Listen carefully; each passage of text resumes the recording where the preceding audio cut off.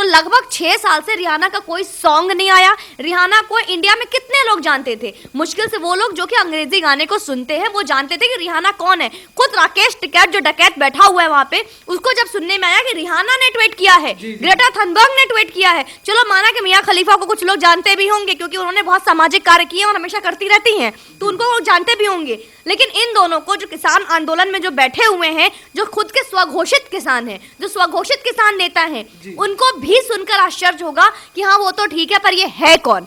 तो मुश्किल से 1% या 2% भारत की जनता उनको जानती होगी। लेकिन आज के टाइम में देखो, इस ट्वीट से उनको ये फायदा हुआ कि एक तो जो हमारे जो चाटुकार पत्रकार है उन्होंने इनको काउंटर किया, उन्होंने इनको हवा दी और इस ट्वीट को इतना बड़ा मुद्दा बना दिया कि जैसे कि सरकार, हमारी भारत की पूरे बीजेपी की सरकार बैठी ही थी उन्हीं के ट्वीट के इंतजार में कि हाँ अब रिहाना का ट्वीट आ गया, मियां खलीफा पॉर्न स्टार का ट्वीट आ गया, किसान समाधान हो जाएगा, किसान का जो पूरा मुद्दा है उसका समाधान निकल जाएगा।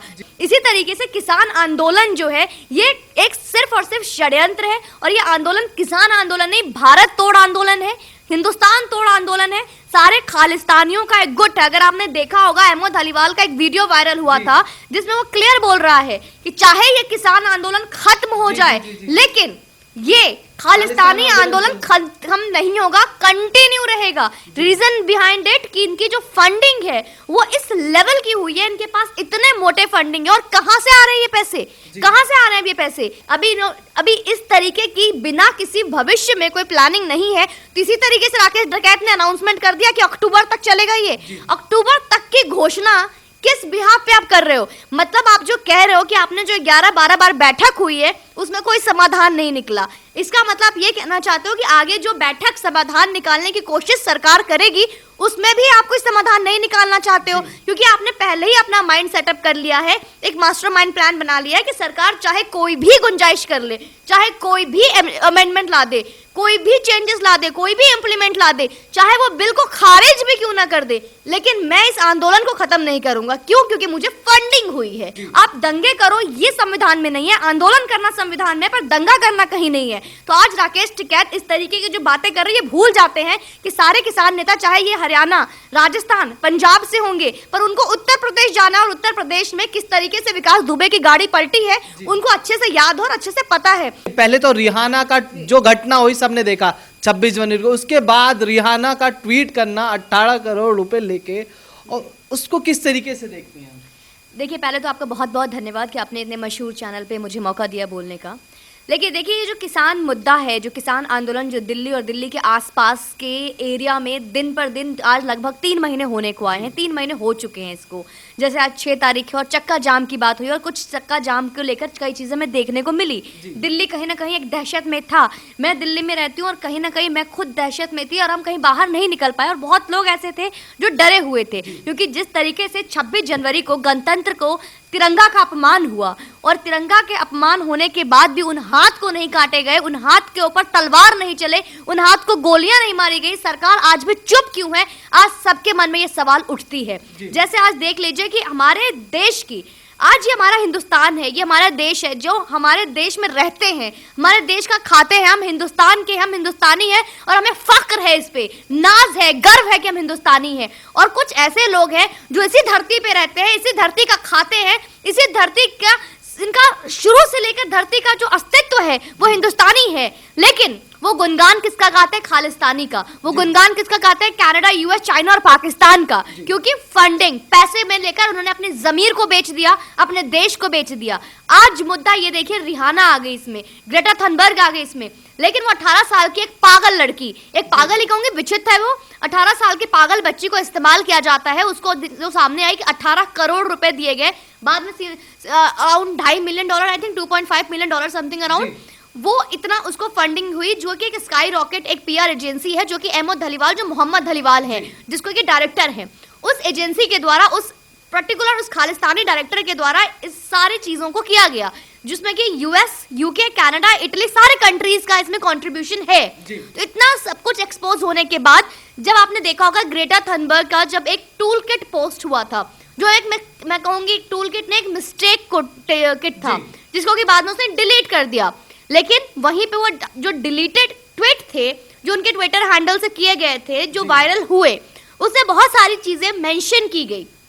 उसमें कुछ पॉइंट्स हैं जो आपके चैनल के माध्यम से आपके जनता को बताऊंगी मैं। उसमें कुछ पॉइंट्स हैं, उस पर ध्यान देने वाली बात है कि जो जितने भी लोग हैं, चाहे वो नेशनल हो चाहे वो इंटरनेशनल हो, जितने भी इस तरीके की देश विरोधी ताकतें हैं और उन्होंने जो ट्वीट किए हैं वो सेम सिमिलर लाइंस है जो निर्देश अनुसार जो टूल किट में मेंशन्ड है कि आपको #AskIndiaWhy मेंशन करना है, आपको ये पर्टिकुलर चीजें लिखनी है। तो मतलब चाहे वो पागल लड़की ग्रेटा हो, चाहे वो रिहाना हो, चाहे वो शरीर का बेचने वाली मियां खलीफा हो, इन सब से मैं पूछती हूँ आज उन सब निर्देशों को फॉलो करते हैं क्योंकि वो पैसे फंडिंग हुई उनकी। जब कैपिटल हिल का जब मामला आया था तब कहाँ गई थी रिहाना? जब कैपिटल हिल का मामला आया था तब कहाँ गई थी ग्रेटा थनबर्ग? उनके खुद के कंट्री का था ना, ये तो अमेरिकन पॉप सिंगर है ना ये लोग, तो ये उस वक्त क्यों नहीं किया उन्होंने? तो ये सब और सब पीआर एजेंसी है। जब तक इनकी पीआर एजेंसी इनको सामने ना बोले कि हाँ आपको इनसे मिलना है, इनके ऊपर ट्वीट करना है, ये पलट के पलके ना झपकाए। ट्वीट तो बहुत दूर की बात है। जैसे आप देखो ये चीजें किस तरीके से वायरल हुई कि इसका ट्वीट आ गया, मतलब एक अंतर्राष्ट्रीय लेवल पे आप मौका दे रहे हो। हमारे ही देश के लोग गद्दार हैं जो आज वहां पे किसान आंदोलन भी है, किसान का कंधे पे बंदूक रख के एक ऐसी छवि बना रहे हैं जिसमें हमारे देश की गौरव, हमारे देश की सौम्यता को खराब करने की कोशिश की जा रही है। वहीं पर कुछ लोग ऐसे भी हैं जो रिहाना के लिए जब उन्होंने ट्वीट किया तो गाना भी बना देते हैं। दिलजीत दोसांझ जैसे लोग हैं जो गाना बना देते हैं, और यहाँ तक कि कुछ लोग हैं जो रिहाना को सपोर्ट करते हैं। जी देखिए, गाना की बात की आपने, दिलजीत दोसांझ डे 1 से कंगना रनौत इस चीज को अपोज कर रही थी। जब इसमें दिलजीत दोसांझ ने बहुत गंदे शब्द का इस्तेमाल किया था, गंदे भाषा का इस्तेमाल किया था, जब कंगना रनौत ने हमें बताया था किस तरीके से शाहीन बाग वाली दादी और ये आज किसान आंदोलन की दादी सिमिलर है, तो इन्होंने री करके रिहाना का एक सॉन्ग आया है। आज सचिन तेंदुलकर के मुंह पे कालिक पोता जा रहा है, जो आप जैसे आपने इससे पहले पूछा कि द गॉड ऑफ क्रिकेट, जो हमारे देश के पद्मश्री अवार्ड जिनको मिला है, इतना ही नहीं, लता मंगेशकर जी जो है उनको भी अवार्ड मिला है, पद्म भूषण अवार्ड जिनको मिल चुका है, जो हमारे देश की इज्जत है, जो ताज है, जिन्होंने हमारे देश में ऐसे ऐसे अवार्ड्स लाए हैं, ऐसे ट्रॉफीज लाई हैं जिसमें कि हमारा देश जाना जाता है, उनका भी इन्होंने अपमान किया। जो आज यूथ जनरेशन जो मीडिया वहां पे कवरेज कर रही है किसान बनके, जो बहुत ज्यादा बढ़ चढ़ के बोल रही है, वो वही यूथ जनरेशन है जो क्रिकेट प्रेमी है, क्रिकेट दीवाने हैं। एक टाइम पे सचिन तेंदुलकर के बहुत बड़े फैन रहे होंगे, लेकिन आज उनकी फंडिंग इस तरीके से हो रही है, उनका ब्रेन वॉश इस तरीके से किया जा रहा है, देश विरोधी ताकतें उनके दिमाग में इस तरीके की जहर घोल रही है कि आज वो सचिन तेंदुलकर के मुंह पे कालिक पोत रहे हैं। यहाँ तक कि कि सचिन ने पैसे भी लिए, पैसे लेके ट्वीट किया। कुछ लोगों तो ये तक कहना है वो बंदा इतने साल देश के लिए खेला, देश का नाम इतना रोशन किया, उसके बावजूद एक ट्वीट, उसमें ऐसा कुछ नहीं था कि उसने फार्मर्स के अगेंस्ट में बोला या कुछ भी, बस यूनिटी की बात करी, देश की यूनिटी की। उसके बाद लोग उस चीज का विरोध करें कि यूनिटी की बात क्यों करें। देखिए रोहन, जो लोग इस तरीके की बातें करते हैं ना, उन्हें ये नहीं पता कि उनकी औकात क्या है और सचिन तेंदुलकर की औकात क्या है। एक सचिन तेंदुलकर जो कि आप देखोगे रिच का, अगर आप टॉप 100 में निकालोगे तो एक रिच मिलियनियर्स में आते हैं। मतलब आपको लगता है कि वो 18 करोड़ 10 करोड़ 20 करोड़ या पैसे के लिए वो ये ट्वीट करेंगे कि हम इंडियंस को साथ रहना है, हमें यूनाइट रहना है, इसके लिए वो पैसे लेंगे। सचिन तेंदुलकर पैसे लेगा, विराट कोहली पैसे लेगा। तो आज के टाइम में एक साइकी बनाई गई है कि अगर आप देश हित की बात करते हो तो आप बीजेपी के अंधभक्त हो। मैंने और आपने इतने देर की डिस्कशन की ना, आपने बीजेपी का नाम लिया ना, मैंने अपने मुंह से एक बार बीजेपी का नाम निकाला, हमने तो नरेंद्र मोदी का नाम नहीं लिया। तो क्या ये देश, मैं आज सवाल पूछना चाहती हूँ, क्या हिंदुस्तान बीजेपी से है या बीजेपी हिंदुस्तान से है? क्या ये राष्ट्रहित, क्या ये हिंदुत्व, क्या ये हिंदू, क्या तभी रहेंगे जब बीजेपी रहेगी? क्या हम देश के बारे में भला तभी सोचेंगे जब हमें कोई पुश करेगा, जब कोई हमारे सर पर डंडा देगा? ऐसा कुछ भी नहीं है, ये देश बीजेपी से नहीं है। लेकिन मैं सवाल पूछना चाहती हूँ दिल्ली के लोगों से और हमारे माननीय मुख्यमंत्री केजरीवाल जी से कि दिल्ली पुलिस चाहे सरकार के अंदर आती हो या ना आती हो, लेकिन अगर दिल्ली पुलिस तैनात है वो किसकी सुरक्षा के लिए? दिल्ली वालों की ना। तो दिल्ली पुलिस की जान कोई जान नहीं है। दिल्ली पुलिस क्या किस लिए बने? लाठी छुरा तलवार बाजी खाने के लिए? मतलब उनको जान से मार दो, उनकी जान की कोई कीमत नहीं है। उनकी पुलिस की वर्दी यूं ही पहनाई गई है। आज उन्होंने डीटीसी की 300 लगभग 576 बसें जो दी गई थी, जो सेंट्रल गवर्नमेंट ने पुलिस की आवाजाही के लिए लिया था, वापस डिमांड कर ली, वापस मांग ली। तो इसका दूसरी तरफ बिजली और पानी पहुंचा रहे हैं और जब पुलिस वालों सुरक्षा बलों की बात हुई तो बस वापस मंगवा ली। तो यार जो दंगे होंगे, तो जो केजरीवाल जी सबसे ज्यादा एक इकलौता सीएम है जो अब हर वक्त दूसरे दिन आपको लॉ एंड ऑर्डर इश्यूज पे बात करते हुए नजर आ जाएंगे, क्योंकि लॉ एंड ऑर्डर इश्यूज इसलिए हमें याद दिलाते हैं क्योंकि वो अमित शाह जी के अंदर आते हैं,